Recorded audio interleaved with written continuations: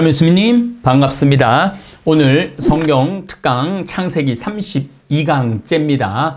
우리가 이제 성서 공부를 정말 이게 지금 어마어마하게 성서 공부를 많이 했어요. 그런데 여러분들 제발 귀에 딱지가 않도록 또 말씀드립니다. 이 성서 책만 가지고 처음부터 끝까지 100번 읽는 거 소용없습니다. 물론 뭐 읽으면 읽을수록 하느님의 신비가 조금씩 드러날 수는 있겠지만은 고대 근동지방의 문명을 모르고 이 우주의 시간을 모르고 때를 모르고 이집트 문명을 모르고 문자, 인간의 영적 그런 발달 과정을 모른다면은 이 성서는 계속 거짓말처럼 들려지고 이 앞뒤가 안 맞는 거짓말 책처럼 느껴지는 경우가 많습니다. 그러나 제가 일부러 이 책을 갖고 올라왔습니다. 맨 밑에는 이 고대 근동 지방의 지도, 그 위에는 예수님 당시의 생활 습관, 그 위에는 아주 유명한 책이에요. 성경 인문, 그 다음엔 유대인 이야기, 뭐 하다못해 그 김용옥 씨가 쓴 나는 예수입니다. 요 책도 요 최근에 나왔죠. 요 책이. 그래서 읽어보면 아주 또 새로운 철학자가 본 그런 거. 그 다음에 요셉 라칭거, 베네딕토 16세 교황님이 쓴 나자렛 예수 1, 2, 3. 이 책이 가장 수려한 책이라고 저는 생각을 합니다. 이런 또 문명적인 책들을 도움을 받아야만이 이 성서를 이해하는 거예요. 그래서 이제 새해가 이제 설이 지난주에 설 지내셨잖아요. 그리고 우리 이제 한 주간 이제 맞이하고 오늘 수요일 강의를 듣는데 저는 1월 1일도 새로 시작하는 기분도 들지만은 이상하게 이제 설 명절이 지나고 나면은 진짜 한 해가 시작되는 그런 기분이 들어요. 역시 우리 한민족은 태양력을 써서 그런 두 가지 기분이 드는 거 아닌가 이런 생각을 합니다. 그래서 여러분들 지금 느닷없이 지금 성경 강의 들어오신 분들도 어렵지는 않지만은 성경 특강 시즌 1 때가 차서 하느님 나라가 가까이 왔다. 마르코복음 1장 15절을 가지고 제가 강의를 20강을 해뒀어요. 왜 하필 예수님은 2000년 전에 오셨을까? 지금 오시면 안 됐나? 3000년 전에 오시면 안 됐나? 1000년 전에 오시면 안 됐나? 그런데 정말로 정확한 때에 예수님은 오신 겁니다. 그거를 제가 물어 놨습니다. 창조 진화론. 요즘 이제 창조 진화론을 많이 진화론만도 아니고 창조론만도 아니고 창조 진화론을 어느 정도 쓰죠. 그래서 그 내용도 좀 해놨습니다. 종교의 기원이라는 게 뭐냐면은 유일하게 사람만 부모가 죽거나 형제가 죽으면은 사람만 무덤에 묻어요.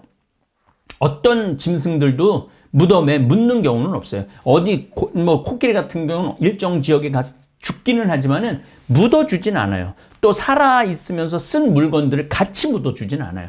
근데 살아 있으면서 같이 쓴 물건, 심지어 같이 종이라면 종도 죽여갖고 그 같이 무덤에다 넣어버려요. 순장이라고.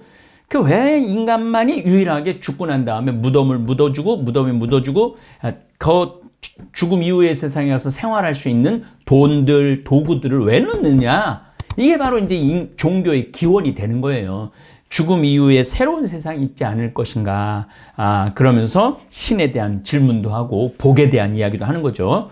청동기 시대에 들어서면서 인간은 문명이 점점 발달하기 시작을 합니다.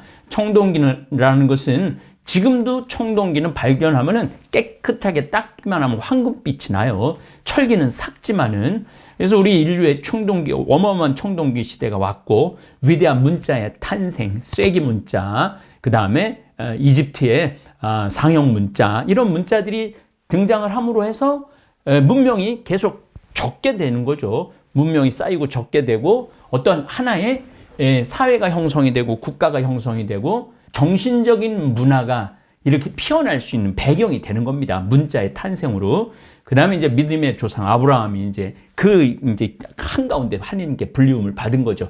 하나님이 이제 인류가 어느 정도 준비가 끝났으니까 아브라함을 통해서 이제 내가 구원 사업을 시작해야 되겠다. 그래서 아브라함을 부르죠. 신앙의 선조 모세. 모세는 이집트 사람입니다. 이집트 왕이고 이집트 말을 쓰고 물론 히브리 사람이기도 하지만은 그다음 베두인족이에요. 유목민족이에요. 그러니까 이 떠돌아다니면서 고대 근동 지방의 모든 종교적인 예식을 다 알았던 사람으로 보죠. 그래서 정말로 유대교의 탄생, 야훼 신앙의 탄생은 모세서부터 시작되는 겁니다.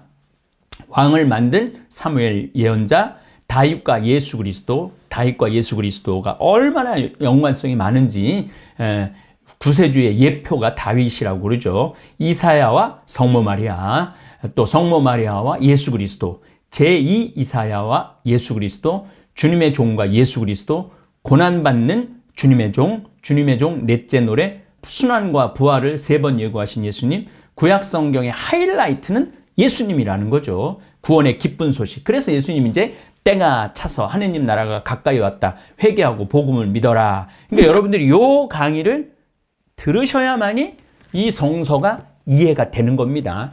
전 이해가 있어야지 본 이해를 할 수 있는 겁니다. 그리고 또 이제 제가 만약 예수님이 이 세상에 오시지 않았다면 시즌 성경 특강 2로 했습니다. 예수님 인류의 한가운데 서시다. 사실 예수님이 기준점이에요. 예수님이 1부 1처도 분명하게 세워놓으셨고 남녀평등도 분명하게 해놓으셨고 인류 모두가 하느님의 구원의 대상, 그래서 하느님을 아버지라고 부르게 해주신 분이 바로 예수님인 거죠. 복음 전파가 왜 나날이 커져갈까? 인류 역사를 보면요, 뭐 옛날에 막 복음 전파가 잘 됐다 하더라도 지중해밖에 안 됐던 거예요. 1500년대에 가서 아메리카, 북아메리카, 캐나다 특별히 남아메리카 1500년에 가서야 전교가 됐죠. 1700년에 가서야 원래는 1500년, 1600년에 중국이 됐지만은 1700년에 가서 본격적으로 복음이 선포가 되죠. 아프리카는 1700년에 시작이 됐는데 가장 지금 복음 전파가 잘 되는 것은 아프리카죠. 왜 점점 복음이 나날이 커져갈까? 이제 구원의 완성이 점점 다가가는 거죠. 전 세계로 뻗어나가는 복음. 드디어 복음이 한반도까지 왔죠. 200년 전에 30살의 젊은이 예수님 로마 제국을 포용하시죠. 가나안 여인 예수님을 이기다. 그러니까 예수님이 져주신 거죠. 가나안 여인이 예수님을 이김으로 해서 여인도 구원의 대상이 되고 이방인도 구원의 대상이 된다는 거죠. 인류 하느님의 포도원이 되다. 나는 포도나무요 너희는 가지로다. 정말 기가 막힌 말씀을 하시죠. 예루살렘 성전 정화를 통해서 이제 이 예루살렘은 유대인만의 것이 아니다. 온 인류의 것이다. 이거를 분명하게 해놓은 위대한 사건이죠. 예루살렘 성전 정화 2, 3. 9은 어디 있느냐? 고쳐준 사람은 10인데 9명 왜 안 왔냐? 왜 이방인 하나 너만 왔느냐? 그러면서 이방인에게 구원의 기쁜 소식을 전하는 거죠. 사마리아 여인 1, 2부를 통해서 구원은 이제 이 산에서 저 산에서도 아닌 온 세상에서 하느님을 경배할 수 있다. 만약 예수님이 오시지 않았다면 총정리 1, 2 이렇게 해놨습니다. 성경 특강 시즌 3를 이제 했습니다. 메시아를 맞이할 준비가 끝난 인류. 그래서 이제 4대 문명에 대해서 공부를 했어요. 강은 인류에게 선물이죠. 메소포타미아 문명, 유프라테스 강, 티그리스 강. 강은 인류에게 선물, 문명, 그 문명이라는 것에 대한 의미를 좀 설명을 잘 해드렸습니다. 아브라함은 메소포타미아 사람입니다. 15살 때까지 우르에서 살고 75살까지 하란에서 살았어요. 이 메소포타미아 최고 중심 수도에서 살다가 그 다음에 무역 최고 번성지인 하란에서 살았던 거죠. 그러니까 아브라함을 이해하려고 그러면은 메소포타미아 문명을 이해를 해야 돼요. 수메르 문명, 아카드 문명, 구바빌로니아, 그 다음에 아시리아, 신바빌로니아까지 이해를 해야만이 아브라함이 이런 신앙의 성조가 될 수밖에 없구나. 그냥 느닷없이 여기서 그냥 이렇게만 읽다가는 여러분들이 저기 삼천포로 빠질 수 있는 경향이 많죠. 구약 성경 안에 드러난 알렉산더 대왕의 활약, 구약 성서 안에 정확하게 알렉산더 대왕의 활약을 써놨습니다. 그러니까 이 성서는 문학서적이기도 하고 지혜서적이기도 하고 예언서이기도 하고 족보이기도 합니다. 아브라함의 족보, 다윗의 족보, 또 예수님이 유대인 하느님의 역사 안에서 완성자로 오셨기 때문에 이거는 족보예요. 그래서 누구는 누구를 낳고 누구는 누구를 낳고 역대기 상하원에 가보면 계속 누구는 누구를 낳고 누구는 누구를 낳고 그래요.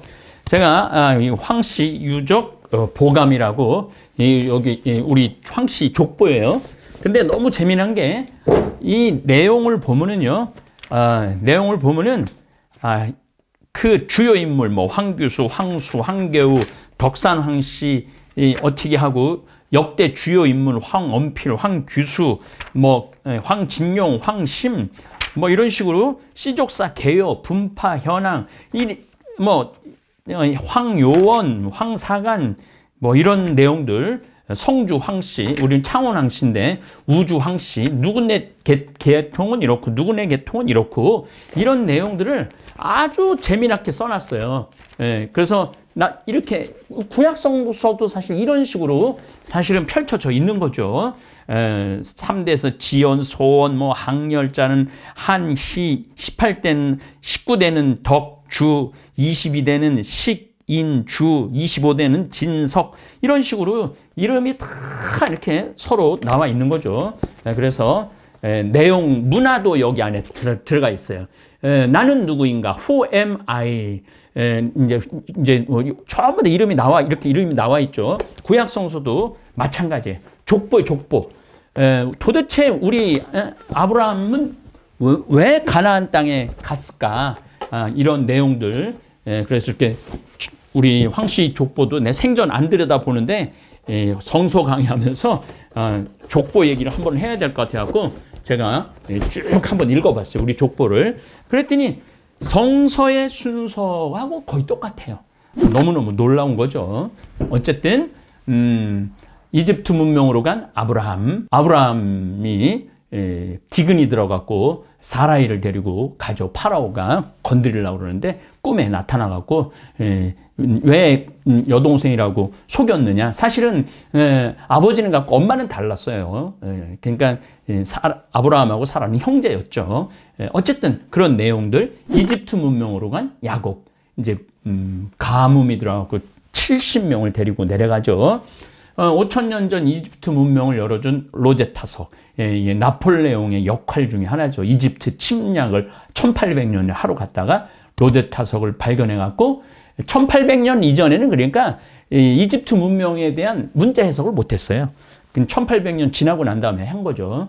위대한 발견 투탕카멘, 기원전 1500년경에 젊은 왕인데 온전하게 이게 발굴이 됐죠. 저도 그 투탕카멘 그 이집트 박물관에서 그 투탕카멘 관이 있어요.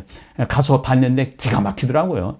이집트 문명과 이스라엘. 그러니까 이집트 문명을 이해를 하지 못하면 이스라엘을 이해하지 못한다는 거죠. 유일신 야훼신앙 탄생을 하는 거죠. 그 다음에 이제 인더스 문명. 인더스 문명이 왜 느닷없냐? 느닷없는 게 아니에요. 메소포타미아 문명 안에 인더스 문명의 도장, 이런 것들이 교류가 되어 있었어요. 인류는 결국 같은 씨앗을 갖고 태어난 거죠. 하느님이 창조하신 거죠. 신들의 나라 인도. 인도는 신이 수메르는 신이 3,600개 신이 있다고 그러는데 인도는 3억 신이 있다고 그러잖아요. 3억 신. 인도 카스트 제도와 인도 여자. 구약 성경과 인도가 어떤 연결성이 있나? 구약 성경 안에 인도라는 단어가 나와요. 그러니까 여러분들이 인도를 이해하지 못하고는 성서를 또 이해하지 못하는 거죠. 인도까지 간 의심쟁이 토마 사도, 남쪽 지역에 지금 토마 교회가 있죠. 위대한 스님 해초, 인도를 품다. 이건 아주 좀 특이한 거지만 우리 통일신라 시대에 해초 스님이 정말 인도까지 가갖고 다 왕호 천축 국전이라 갖고 5나라를 다닌 그 여행기를 쓰죠. 결국은 시안이라는 곳, 우리 장안, 양귀비가 있고 그 다음에 진시황 묘가 있는 그쪽에서 생애를 마감을 하시죠. 그 시들 제가 몇 가지 읽어들었는데, 그러니까 제가 이걸 굳이 여기에 끼워놓은 이유가 뭐냐면은 고립되어 있는 거는 이 세상이 아니라는 거예요. 온 세상이 서로 연결되어 있는 거죠. 네, 거기에 더해서 제가 이렇게 이 모든 문명을 다 다녀오고 제 눈으로 직접 보고 그랬기 때문에 여러분들한테 그 문화, 그 공기 냄새, 그 사람들의 그 표정, 그 분위기, 이런 것들이 이 성소 안에 다 묻어 들어가 있어요. 그래서 이 글자만 드립다 보려고 그러다 보면은 정말로 하느님의 섭리를 놓치는 경우가 많죠. 황하 문명의 시작, 중국이 사랑한 요순임금, 상나라의 시작, 탕왕, 이렇게 얘기를 했죠. 그 다음에 중국 4대 악녀, 뭐 달기와 주왕, 춘추, 전국시대, 제자백가. 이 제자백가가 굉장히 중요합니다. 왜 제자백가가 중요하냐면은, 이 중국의 이러한 정신적 문명, 인도의 베다, 경전의 문명, 메소포타미아의 수메르의 신화의 문명, 그 다음에 이집트의 뭐 구왕조, 중왕조, 신왕조가 있는데 그 이집트의 상형 문자의 문명들이 하느님을 받아들일 수 있는 인간이 정신적으로 영적으로 성장을 했다라는 얘기예요. 그러니까 이제 예수님이 얘네들이 이제 내가 가서 말해도 내 말을 알아듣겠구나. 이제 그러니까 영적으로 굉장히 준비가 된 상태에서 당신 아들 예수님을 이 세상에 보냈다는 얘기입니다. 천명과 수신제가 치국 평천하. 중국의 아주 중요한 사상이죠. 불행한 식부인, 여자 얘기를 많이 했어요. 그때 좀 재밌으시라고. 중국 대륙을 품은 진시황, 결국 죽은 진시황. 인사가 만사다. 인사가 만사다. 이건 무슨 얘기냐면 유방하고 항우하고 이제 한나라를 패권을 놓고 하는 거죠. 마지막에 항우 장사가 사면초가와 별왕별희, 결국은 가장 사랑하는 애첩하고 결국은 죽죠. 한무제와 고조선. 고조선이 누구한테 무너지느냐 하면 한무제 때문에 무너집니다. 인류 역사를 관통한 비단길, 슬픈 영웅 사마천. 많이 배웠죠. 그리고 이제 역사를 어떻게 쓰는지를 이제 사마천을 통해서 매듭을 짓고 성경 특강 시즌 4 창세기 들어갔죠. 질문하는 인간. 이건 굉장히 중요한 거예요. 인간이 질문하지 않았다면은 하느님을 찾을 수 없었을 거예요. 하느님을 만날 수 없었을 거예요. 그러나 끊임없이 질문했죠. 저 태양은 왜 떠 있지? 저 달은 왜 떠 있지? 시리우스하고 태양은 왜 같은 날 뜨지? 그게 1년이구나. 이 우주 질서가 이렇게 똑같이 병행해서 돌아가는 거는 이 우주 질서의 창조자, 근원자가 있지 않을까. 이렇게 질문하는 인간. 그 다음에 이 강에는 세상을 6일 만에 창조했다고. 이거는 인간의 시간이죠. 하느님의 시간이 아니죠. 그래서 그런 내용을 제가 여러분들한테 설명을 해놨습니다. 탄생하고 성장한 지구. 처음 46억 년 전은 지구가 지금보다 반밖에 안 됐어요. 그래서 중력이라는 것들 가질 수도 없었고, 이런 물이 여기 안에 머무를 수도 없고 다 흩어져 바깥으로 나갈 수밖에 없는 그런 상황도 벌어질 수도 있었던 거죠. 이제 4강에 보면은 하느님 보시니 참 좋은 세상. 참 다른 신들은 세상을 막 피로, 막 살점으로 이렇게 인간을 빚어요. 근데 하느님은 우리의 모습을 닮은 인간을 만들자. 참 좋았다. 이 굉장한 메소포타미아, 이집트하고는 완전히 특이한 신관을, 창조관을 갖고 있었던 거죠. 성경과 과학은 전혀 충돌하지 않습니다. 여기 하나하나 제가 설명해 나가는 것들을 따라 들으시면은 전혀 충돌할 일이 하나도 없는 겁니다. 그래서 어떤 개신교 성도가 댓글에 그렇게 올린 글이 있어요. 그냥 처음부터 끝까지 이 성경은 하느님의 말씀이니까 믿으라고, 글자 그대로. 근데 그냥 20년 동안, 30년 동안 도저히 받아들일 수 없는데도 믿으라고 그랬을 때 너무 힘들었는데, 신부님의 그 하나하나 이렇게 껍질 벗겨줘갖고 이렇게 보여주니까 속이 너무 후련하고 성서가 막 사랑스럽고 막 글자가 막 살아 움직이는 기분이 들어서 정말 하루하루를 너무 행복하게 보낸다고 그런 글들도 쓰셨어요. 그래서 성경과 과학은 전혀 충돌하지 않습니다. 구약 성경 창조 신화보다 앞선 최초의 창조 신화 에노마 엘리시도 얘기를 했죠. 그 다음에 로제타석 발견과 니네베 발견. 이건 뭐 우리 성서학에서도 위대한 발견이지만 인류 역사 안에서도 위대한 발견이죠. 니네베의 요나 이야기는 그래서 지어낸 이야기가 아니다. 그 다음에 성경 흔적 니네베를 찾아서, 그 다음에 바벨탑, 그 환상적인 이야기를 말씀드렸고, 실존 인물 우르 사람 아브라함, 같은 듯 다른 창조 신화 1장하고 2장, 3장은 좀 같은 듯 다르지만 그러나 똑같아. 하느님은 인간을 소중하게 여겼다는 거고 선물로 이 세상을 주셨다는 건 똑같은 얘기입니다.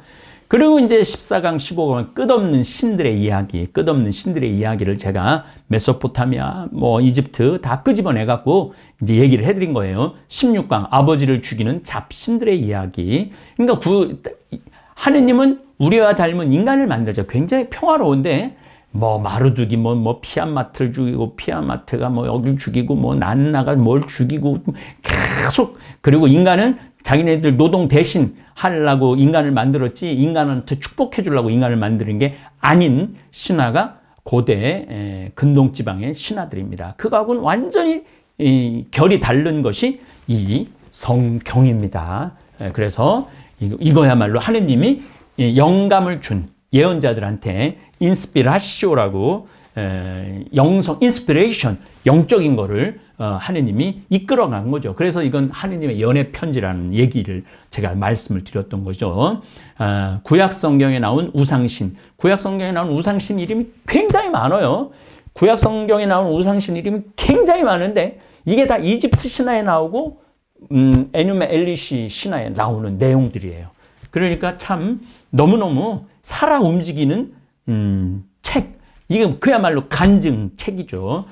구약 성경에 나온 야훼 하느님과 우상신들, 우상신들과 인신 공양, 사람을 태워서 공양한 거죠.